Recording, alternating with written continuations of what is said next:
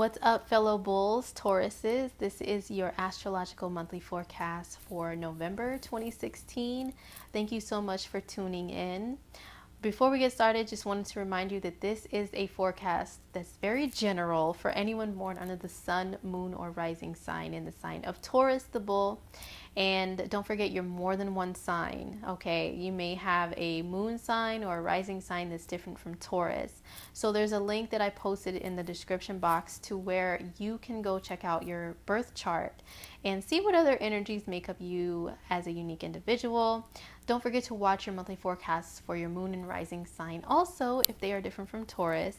And if you would like a personalized reading for me to look at your chart and give any insight and clarity into any situation that you have going on in life, then go ahead and contact me through my website, which is indigomoon.astrology.com. I did post a link down below as well, and we can get a reading going for you. All right, now on to your November forecast. All right, Taurus, so this month I'm doing something a little different. I bought this board that has a chart, and it is the astrological wheel, and I can physically show you the transits. It's transparent, so it may be a little bit hard to see, so I'll work on getting it to be a little bit more clear. But yeah, let's check it out and see what the energy is like for you guys this month. All right, Taurus, so let's take a look at the transits for you guys this month. I'm using this new board that I have that's pretty cool. This is Taurus. This is your first house, as you can see. That means this is you right here. First, we're going to talk about where the sun is at. Now, the majority of the month, the sun, which highlights things for you in a more clearer light, is going to be in Scorpio the majority of the month for you guys. And this is your 7th house of relationships. So when the sun is there, it's bringing a lot of attention to relationships with other people, one-to-one. This can mean business. It doesn't always have to mean love and romance, but you are shining out there into the world towards other people a lot more, to where they are giving you more attention, you know, or you're maybe wanting that attention. Maybe you really want to draw that kind of attention to yourself, where you are partnering up with people, whether that is, like I said, in business or in love. This can be a time where a lot of Tauruses do develop a relationship with someone because they are putting themselves out there like, hey, I'm single, ready to mingle, or maybe people are just looking at you in that way. I've heard of people, when the sun is in their 7th house, that's a time where a lot of people are trying to, quote unquote, hook them up with someone, like, you know, oh, you're single? Hey, my friend so-and-so is single too. I think you guys might like each other. And it's like, okay, we'll see. So, or yeah, you may just be craving one-to-one partnership with people. And this can mean also just like you want to go out for like coffee or something, but you don't really want to go alone. Taurus is a sign that can be, you know, it can be alone just fine, enjoy its alone time. But during this time when the sun is in the 7th house, your opposite house, you may be looking at the opposite, which is other people. Like, you know what, I wish I had somebody to go with me to the store, or go with me here, go with me there, you know, instead of being completely alone. If you are already in a relationship, Taurus, whenever the sun is in your 7th house in Scorpio, this can be a time where you guys really focus more on your relationship, on building it. Or, you know what, since the sun is a light, he's like a light bulb, he lights up this house, he shines a light here. You can even start seeing on the negative side, you know, what's not working and what's going wrong in your relationship as well. But that doesn't always have to be negative, because that means you can focus on those issues and, you know, do something to correct it. Talk one-to-one with your partner on these issues. Like, hey, you know what, we're kind of lacking a little bit of fire here. You know what I mean? We used to have really, really good, strong, you know, fire between us, and now it's kind of dying out and dulled out, and I'm craving a lot more, you know. So the sun in the 7th house can bring that out for you if you're already in a relationship, or you guys maybe just naturally start looking at each other with more googly eyes and going on more dates if you're in an established relationship. So that's the sun in Scorpio in the 7th house. So on the 9th of November, we have Mars moving into Aquarius. And for you guys, this is your 10th house of career. This is the very top of the chart, okay? This is the 12 o'clock mark, like on a clock. When it's usually 12 o'clock noon, well, in a lot of parts in the world, where is the sun? The sun is right above you, right? It's right above us. It's like It's everybody sees it. Hey guys, I'm here, you know. So that is why this 10th house, the 12 o'clock mark, it rules your social status, how everybody sees you. But that's also career and the legacy that you leave in the world, okay, how you're seen. So anyway, Mars, a planet of action, drive, initiative, getting things done, being active and everything, and being kind of aggressive sometimes, he moves into your 10th house of career. So this is the light in which everybody can see you. On a positive side, it can be you start being seen as somebody who's a go-getter, someone who really sets out to accomplish things and really just goes through with it. You can, on a negative side, start being seen as someone who is way too aggressive, and you know, you may start wondering, why are people coming at me like I'm aggressive and I'm really not that aggressive, you know. Or even if you're like on social media or something, you might notice people start coming at you, you know, back from whatever you said, and like start saying, hey, you know, and challenging you in some sort of way. Mars brings challenges, or it likes a challenge. But this can also mean that you start going after your goals as far as career a lot more, driven towards it with a lot more enthusiasm, a lot more drive. So this can definitely be a positive thing for you if you're a career-minded Taurus. If you're a Taurus who's not a career-minded Taurus, or you're not in the type of career that requires a lot of physical action, drive, or aggression, or power, then this can just make you start feeling like a lot more like an authority figure, because the 10th house, it does rule authority. Okay, this is a house that rules military, so you may start feeling militant, like more of like a drill sergeant, and start coming off that way to people. So you need to be careful of that if you're not in the type of field or industry to where that is required of you or expected of you. And this can also mean running into conflicts head to head with authority figures in your life, whether in the job or career, or, you know, with the government or police. So I would say to be very, very mindful of yourself after the 9th of the month and the type of actions that you take that are too aggressive. But if you're a go-getter with career, hey, excellent time. If you're a parent that maybe needs to put the smack down a little more on your kids, be a little more aggressive with them, Mars right here, he's going to be your buddy that's really going to help you to get things done. So on the 12th, we have Mercury, the sign of communication and your logical thinking processes and your skills of the hands. He's moving into Sagittarius, which is your 8th house. The 8th house, it deals with joint finances, and it deals with money that you receive from other sources rather than just working yourself and earning income. The 8th house is also very deep. It's very deep. It deals with life or death situations, and I don't want that to scare you towards and think, oh my God, I'm gonna die, you know. No, it's like your mind can go towards really deep subjects, okay? This is a great time to study the occult if that's something that you're into. Or this is a great time to start managing and organizing things like insurance, taxes, inheritances.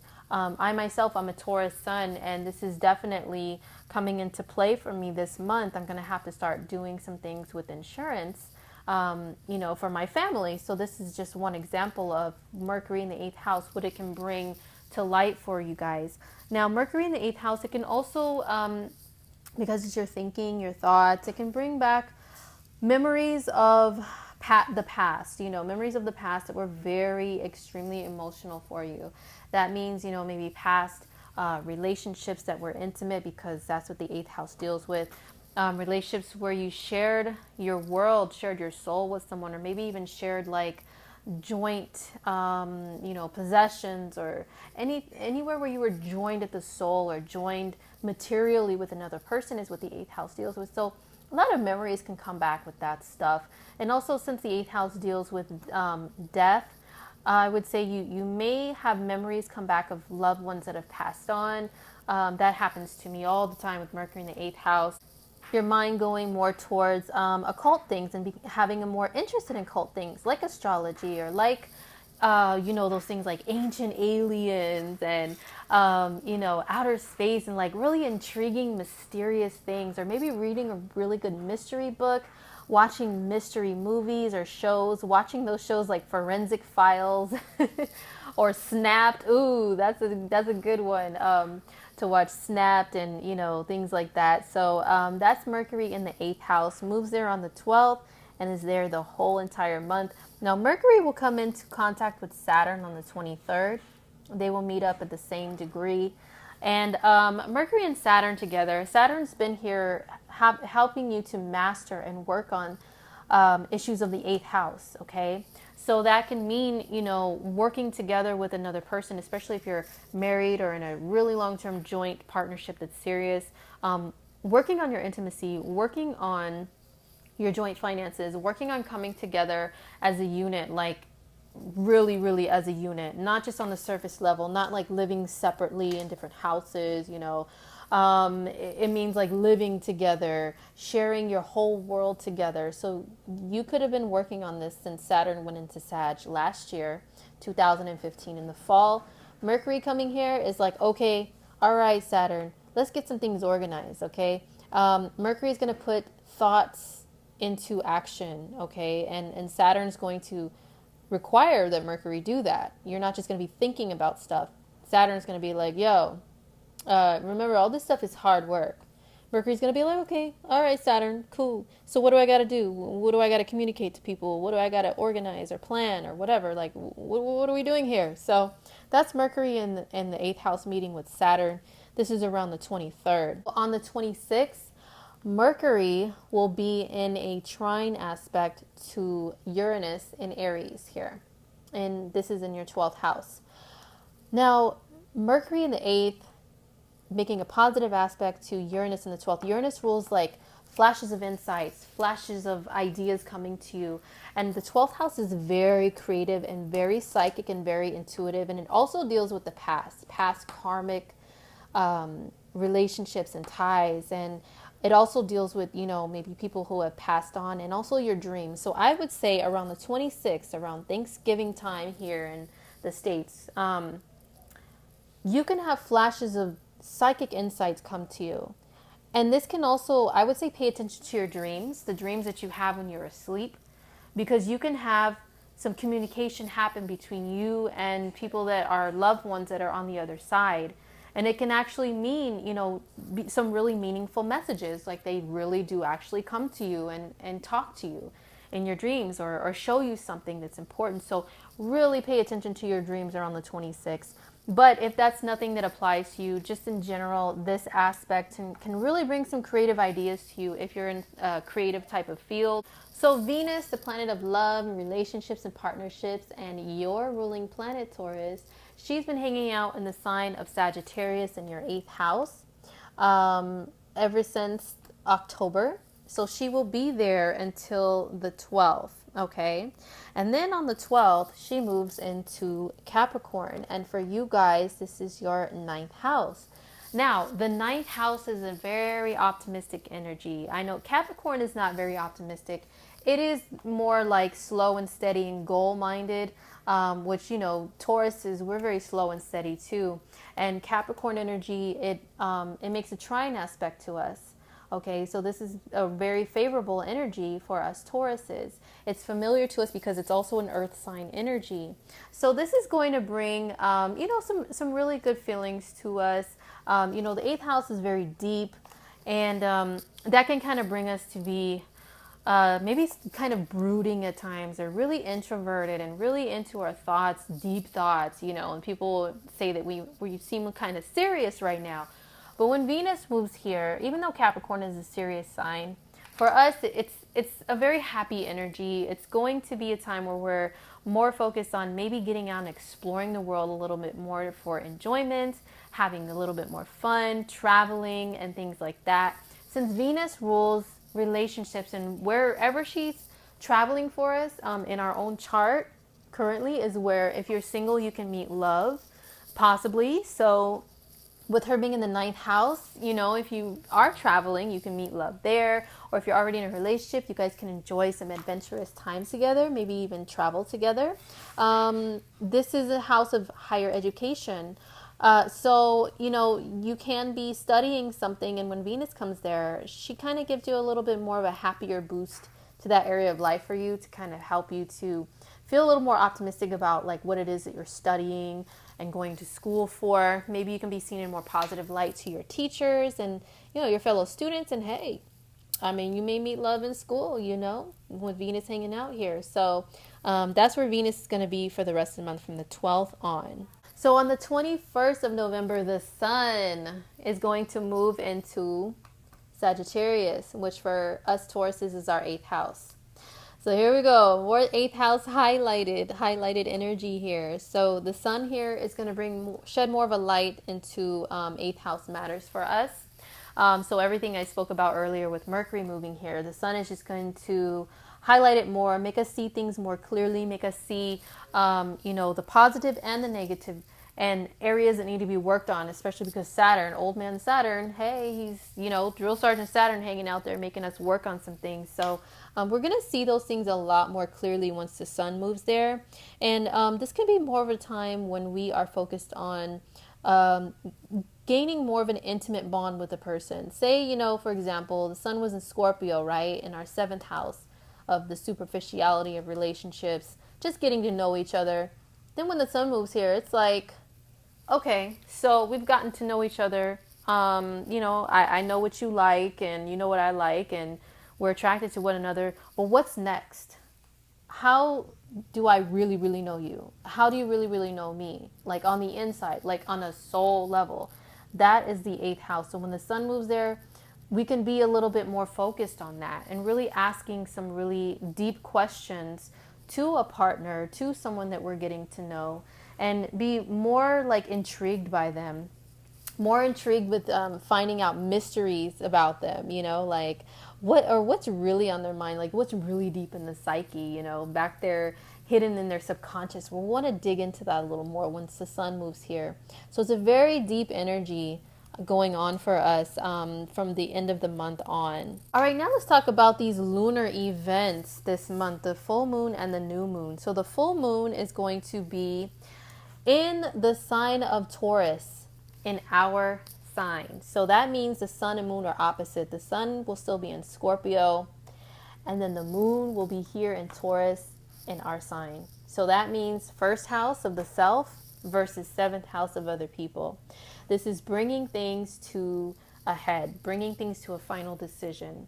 So what this can mean is we can finalize the decision to be in a relationship with someone. It's going to be a time of make or break for a lot of Taurus peoples when it comes to relationship.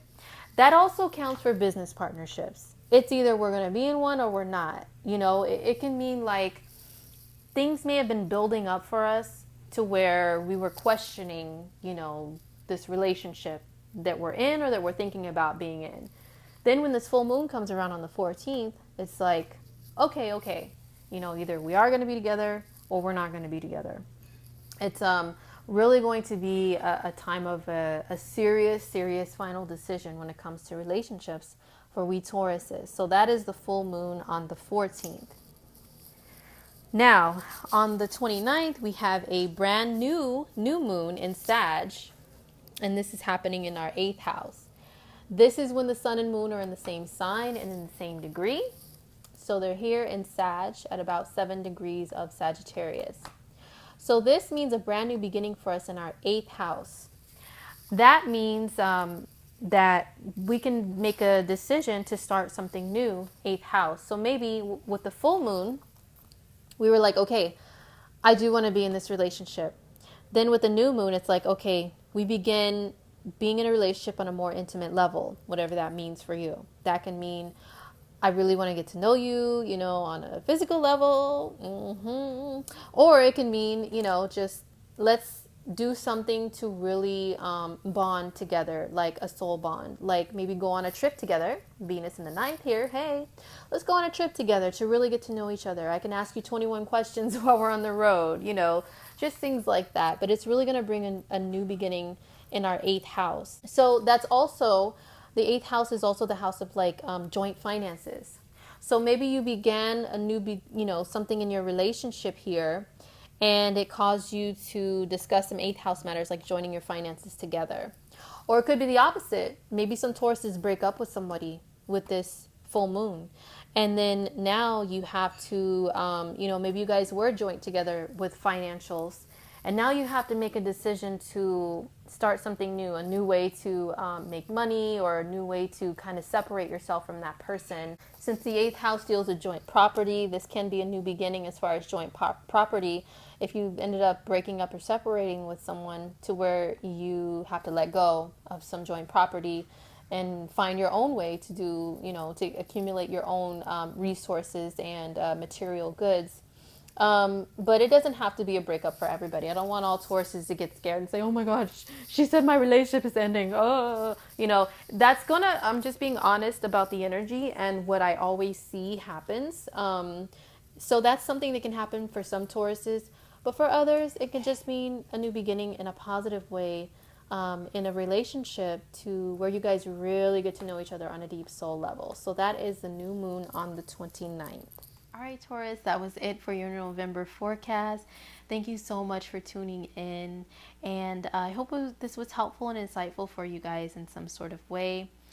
Don't forget that if you want to see your monthly forecast from me every month, to subscribe. And if you would like a personalized reading, you know where to find me. My website is indigomoonastrology.com. There's a link down below. All right, so take care of yourselves. Have a wonderful month. I'll see you guys in December.